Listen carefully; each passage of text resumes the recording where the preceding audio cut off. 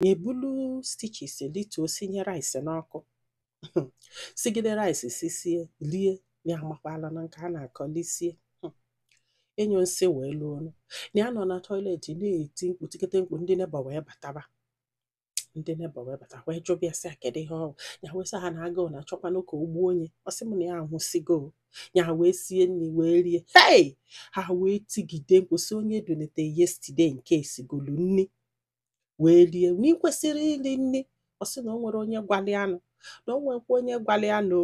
ọ sị ndị neighbor wee nyebeli ya aka na ha nwụrụ nsị ewee durie sị anya ji edinela ana nye m ovuzine ọ sị m nya anwa ya eje dina ana ya dinela ana papi abata ogbuo onye n'aka ihe a ji wee sie nri ya wee kporo rice ndefe ọnụ wee wufuo wee saba ite pichebe kedafia kitchen maka na fabata wee nụ na ya siri rice ihe a ga-eme ya ama ndosi mma ya wee nọ n'ebe afọ wee sekpula na yọba ndị neighbor sị ha biko ha gwakwa na parents ya ha ekwalụsị na ha ama ngwa because na ha amagolu n'etu esi egbu enu ọ sị m nne ya echekwa na ya agbanagago na nke afọ olu echie niile after 4 days ye ka a mesịrị operation pọmpụ na-agba na befa mebie onye ọbụla ga-echube mmiri ụna ama na nwaanyị a bụrụ bọket bunye esi anya chube mmiri ọ sị m nne ya papa stitches ya wee pa stitches ya wee chube mmiri ndị mmadụ fịafa na-ajụ asị kedu ihe ọ ya wee na-akọlọ ha a na-asị dọkwashọ na that man bụ papa gị ya na-asị ha yes na papi ya ka ọ bụ ofu onye si nalụ oge jụọ anya ka edoshọ na papa gị ka ọ bụ ọ sị m nne ya wee nalụ ochekete ka ya esi jụ papi ya na ya mọrọ ya wee dee leta wee jụọ anya sị biko na ya mọrọ ma bụ papi ya kama gị zuki ebe mami ya nọ ọ sị m that day na ife this man kụrụ ya ya kwụsị anya maka na ya gbagodo ụlọ nkịtị chụsie ya bụ mmiri ghọta na afụfụ nwaanyị achọ dị ịma na ya mere ọprio n'ezie until wee tọọ waya yọta na ịgbago ndị mmadụ fụzi afa na-asị anya jụọ bifo nya wee jụọ ọ sị m ihe this man kụrụ ya kwụsị anya si n'elu maka na ha bụ na story building tụfusie ihe na si ngwa ya ji ego jee chọba nne na ya na-aba ama mbizi ọ sị m ndị ọkwa na papi achụpụ ya n'ụlọ papa mụlị achụpụ ya n'ụlọ ọ sị m kedu ife a ga-eme that man gwara papi anya ji edupụta ya n'aka nwaanyị afọ ịghọta na ya bụ ọbịa onye obele ego ịmagolu ya wee palụ ngwongwo ya wee jepepe this man which bụ nwanne papi ya na dise n'Enugwu afọ ya wee lụọ nwunye ya afọrọ anya chajie na o nwere med ya na fa na-agbọbi ya mara ma nwanne nwunye ya eskene na nwanne nwunye ọfụrụ anya gbaka na ọbịala shọtụlụ ha nne ime ihe ha mere na fe nwekwa ebe ọ ga na-alalụ na ọ ga-eje na-alalụ na parking store nye ekwelụ onye nne ya chụpụrụ n'ụlọ kedu ife a ga-eme nye ekwelụ na ya ga na-alalụ na parking store ọ sị m ọkwana ya nwaanyị a wee bido na ebe a na-eje akwụkwọ dị very far from ebe afọ na ya ga-esi ọkụ na-anọ wee jee na new market for ndị maala Enugwu na ụkwụ ka ya ji eje school ọ sị bụ na ọ bụrụ ije ụkwụ je bụ nsogbu na before ya ejebe akwụkwọ afọ na ife nwaanyị a na-eme bụ ọkụ 5 o'clock otete enyefe ekpele fakpesi ekpele ọ sị anya buru wheelbarrow ka o jebe na Milk and Hell azụ Milk and Hell ka o jee gbuo nni ewu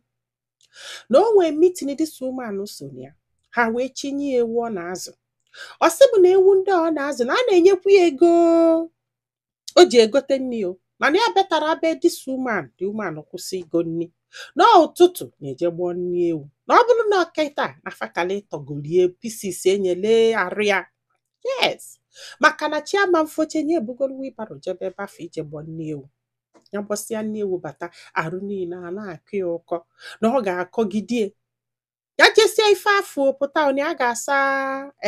kedu afịa mbụ paịpụ mmiri ebe esi agba mmiri dị na befel sasịa fele bifo ihe nwa na-eme ka a na-agwa anyị o ya pụtazi asị dị umeanụ nye ego moto ọsịa nkịta lacha anya ya wee were ọkpa wee jebe akwụkwọ ka a na-agwa m ihe hey ya jesie si m a na-achọ ka agbasa akwụkwọ obu mmiri a na-apụ ya maka gịnị ya galụrụ elu ụlọ that day na ife a ga-eme bụ gịnị ebunye pọpọ ejelebe ya ga-elegide pọpọ ọ na-akụ 6 o'clock ya bata ọ sị m ọkwana ya na ya lesie pọpọ bata o na-ebulu ọka je ṅaba. Na ya aṅagide ọka na mgbe a ji emechi ịṅa ọka bụ 9 o'clock or 9:30 ịghọta kịta. Na ya aṅagide ọka mgbe ụfọdụ ya na-achọ ka ya dagbuo n'ọkụ. Mgbe ụfọdụ ya na-achọ ka ya dagbuo n'ọkụ ebe a na-aṅa ọka. Na this woman achọrọ ịma. Na mgbe ụfọdụ ya ga-ejesie bata o. Ịmagolo onye ike gwụsị. Ya chile gị echi nya paaki ya ngwongwo. Je dinelu na store. It's not like na ya na fana abụọ na-edine o. Nwaanyị a wee pụtasị ma ọ sagokwa arụ. Ọ na-emenu nke ndị nkụzi nke ndị ọrụ oyibo. O jekwute mmiri na friji. Mmiri jụrụ oyi. Buche blọkụ bịa kwa anya. Si ya na ọ bụrụ bie ka ọ ga-ebu arụ ji wee ye ngasị ọka mee na wee dinela. Nye wee kunye wee je saa arụ afọ. Ya sasịa arụ echekwe na staff je dinelu. Mmiri emetụsigolu n'ute ya na edinenu ya. Mana ya ga-edinenu ya. Ụtụtụ echi na-ebidokwe. Ọ sị m nne mama nke kasị njọ iji ụkwụ wee nata ma agbasa akwụkwọ. Maka na o nwere mgbe ọbụla ya natalụ dị ume a na-ama nsị kedu ife a nọ n'ụzọ eme. Ọ sị m ime ife a na-eme agbasa akwụkwọ mgbe ụfọdụ ya baa moto. Mgbe a ga-ana anaka ego nye ebebe akwa. Mgbe ụfọdụ ndị mmadụ akwụọrịa. Mgbe ụfọdụ ha kwụsị ahafuwe. Mgbe ụfọdụ kọndọktọ ewere ọkpọ bụwasị anya isi. Nasa akwa ka ya nọ na-ebe. Na ya ga-akpa ịgbara na ya begidelu ụfọdụ ndị kọndọktọ mmadụ ya. Afafụzi anya ka ya na-abịa ma fa ekwene ka ọ ba moto maka ha amagolu na ejiri ego na ha ma kwụ ụgwọ. Ọ sị m nne o ihe a ka ya nọ na-eme ma ghetado na-agụ dị akwụkwọ maka na dị manụ kwete na ya ga-asụ ya n'akwụkwọ maka na papa stepmother ya jụrụ na papa ya amazụ ya. Papa ya ọtago dị afili na dị manụ na-efili guilty maka ije kpọpụta ebe ndụ dụọlị ya mma wee kpọnye papa ya ya wee na-ata afụfụ. Ọkwa ịghọta na ọkwana ya amaghị ọsị m na ya masịala akwụkwọ. Na ya masịala akwụkwọ sị m apụta ụtụtụ dị ume a na-ajụbịa ihe eje akwụkwọ. Ị ga-anọ n'ụlọ ịma maka ihe maka na o nwee nọzri skuul ọ na-ama na-eje na Disenyard.